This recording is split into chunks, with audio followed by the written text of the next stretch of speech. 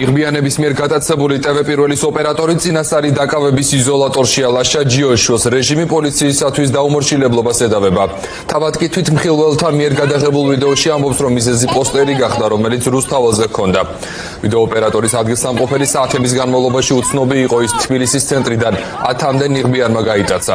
ნუცა ბახუტაშვილი გვერდდება ამ თემის დეტალებით პირდაპირ ეთერში, ნუცა გისმენთ. გიორგი ლაშა ჯიოშვილი TV პირველის ოპერატორი ამ დრომდე რჩება ზაჰესის წინასწარი დაკავების იზოლატორში.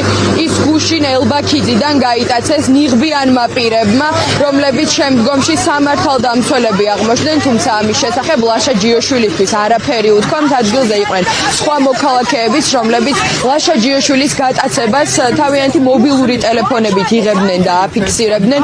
ადვოკატები ცდილობდნენ ლაშა ჯიოშვილის ადგილსამყოფელის დადგენას, თუმცა 5 საათის განმავლობაში არც მათ და არც TV პირველის საინფორმაციო სამსახურს მათი ოპერატორის ადგილსამყოფელის შესახებ ინფორმაცია არ ჰქონდათ. თავდაპირველად ლაშა ჯიოშვილი მუხიანის განყოფილებაში გადაიყვანეს. ადვოკატმა ამ განყოფილებაშიც დარეკა, თუმცა მისი იქ ყოფნა არ დაუდასტურეს. მოგვიანებით კი ის ზაჰესის წინასწარი დაკავების იზოლატორში გადაიყვანეს.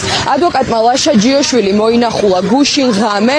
მან თქვა, რომ ლაშა ჯიოშვილს რაიმე ძალადობის კვალი საბედნიეროდ არ აღენიშნება, მას აქვს ხელის არეში სისხლჩაქ ქცევა, რაც მიზანმიმართული დაზიანება არ ყოფილა. ამგვარი პრაქტიკა სამართალდამცველების მხრიდან ყველანაირი საცნობი ნიშნის გარეშე მოქალაქეების გატაცების საკმაოდ ხშირი და აქტიური არის. ბოლო დროს განსაკუთრებით მასშტაბური აქციების შემდგომ ჩვენ კითხვები დავუსვით ამასთან დაკავშირებით ქართული ოცნების ეგრეთ წოდებულ დეპუტატებს. ისინი ამბობენ, რომ პოლიცია განსაკუთრებული სანდოობით და რეპუტაციით სარგებლობს. შესაბამისად, თუ კი პოლიციელები აკავებენ ვინმეს, ეს ხდება მხოლოდ მიზეზის შესაბამისად და კითხვაზე თუ როგორ უნდა გაარჩიოს მაშინ მოქალაქემ თავდამსხმელები და პოლიციელები ერთმანეთისგან, როდესაც მათ არანაირი საცნობი ნიშანი არ აქვს და კითხვაზე ვინ არიან საერთოდაც არ პასუხობენ, ამბობენ, რომ უნდა კითხონ პოლიციელებს არიან თუ არა ისინი სამართალდამცველები და მათი პასუხის შესაბამისად დაიჯერონ და ისე იმოქმედონ. უნდა კითხოთ, ვინ არიან და გეტყვიან. იკითხა და არ უთხრეს, რომ პოლიციელები იყვნენ. სახელმწიფო როგორ უნდა ავაშენოთ, თუ პოლიციას არ ვედობით? პოლიციელი ხო უნდა ვიცნო ამისთვის პირველ რიგში და როგორ ამოვიცნო პოლიციელი ნიღბის მიღმა და სამოქალაქო ფორმაში, ბატონო ლადო. არასოდეს გაგიზომიათ პოლიციის დობა, გინდა გავარკვიოთ 112-ში რამდენი ზარი შედის დღის განმავლობაში? პოლიციელს რომ ამისთვის ხომ უნდა ვიცნო ის პირველ რიგში და როგორ ამოვიცნო პოლიციელი ნიღბის უკან სამოქალაქო ფორმაში? აბა ისი ფაქტორია? აბა თქვენ რატო არ გვერაღავთ მიშველეთ? ეს ცუდი სიტყვა, ალბათ რაღაცა დანაშაული იყო. ან დაუმორჩილებლობა იყო, ან რაღაც იყო. მე გეტყვით, არა მაქვს პასუხი. ამას თვითონ პოლიციელი გაარჩევს. არა, ერთი წუთით, გამტაცებელი ცუდი სიტყვა, ნუ ახსენებთ ამას. ერთი წუთით უკაცრავად, ერთი წუთით. არა, ნამდვილად არ ვიცი, მე არ მინახია გვიანდ ბრუნდეს სახლში. რასაც ქვია, თქვენ ასახელებთ იმას, რომ გაიტაცეს, ნუ არ ქნოთ ასეთ სახელს.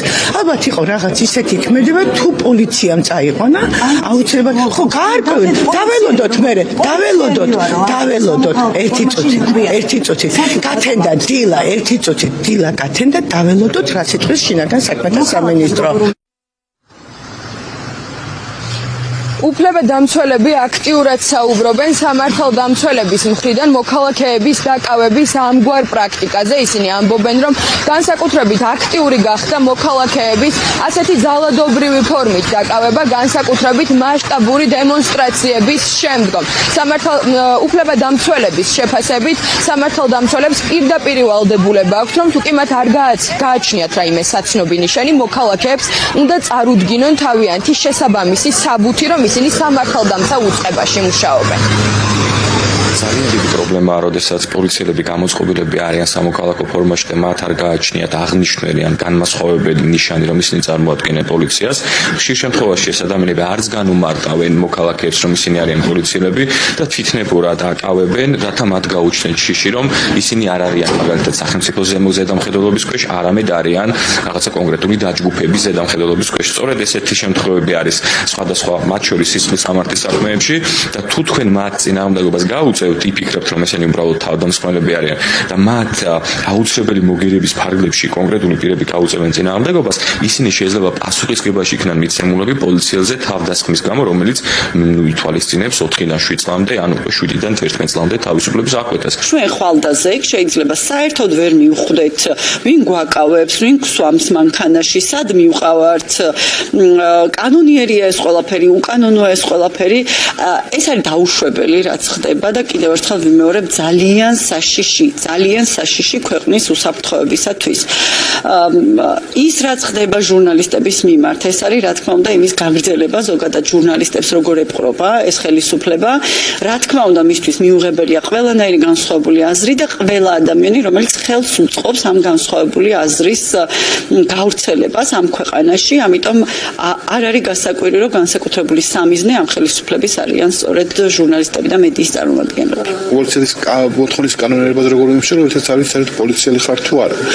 ეს შემთხვევა სწორედ ხასიათდება მაგით, რომ ანუ არავინ არ ვიცოდით რა მოხდა, ვინ გაიტაცა, იმიტომ რომ ნიღბიანებმა, შავტაზმერში გამოწყობილმა ადამიანებმა გაიტაცეს ჟურნალისტი და ეს არის სწორედ მათი დამოკიდებულება მედიის მიმართ, სიტყვისა და გამოხატვის თავისუფლების მიმართ, როგორ ექცევიან ისინი მზიამაღლობელს, როგორ ექცევიან ისინი კომპანია პირველის ოპერატორს, როგორ ექცევიან სხვა ჟურნალისტებს, რა კანონები აქვთ დაანონსებული მედიის წინააღმდეგ, იმიტომ რომ მათ იციან, რომ ახლა ერთ-ერთი მთავარი მოწინააღმდეგე მათი ზრახვებისა არის სწორედ სიტყვისა და გამოხატვის თავისუფლება. ლაშა ჯიოშვილმა ზაჰესის წინასწარი დაკავების იზოლატორიდან წერილი უკვე გამოგზავნა. ის ამ წერილში წერს, რომ მისი დაკავება მხოლოდ და მხოლოდ იმას უკავშირდება, რომ მათ გუშინდელ საპროტესტო აქციაზე დიდი დისკომფორტი შეუქმნეს ოლიგარქს. ტვ1-ის ოპერატორი დიდი ალბათობით ზაჰესის წინასწარი დაკავების იზოლატორში მაქსიმალურ ვადას, ანუ 48 საათს გაატარებს. შემდგომ კი პროცესი თბილისის საქალაქო სასამართლოში გაიმართება. მას შინაგან საქმეთა სამინისტრო პოლიციის კანონიერი მოთხოვნის მიმართ დაუმორჩილებლობას ედავება.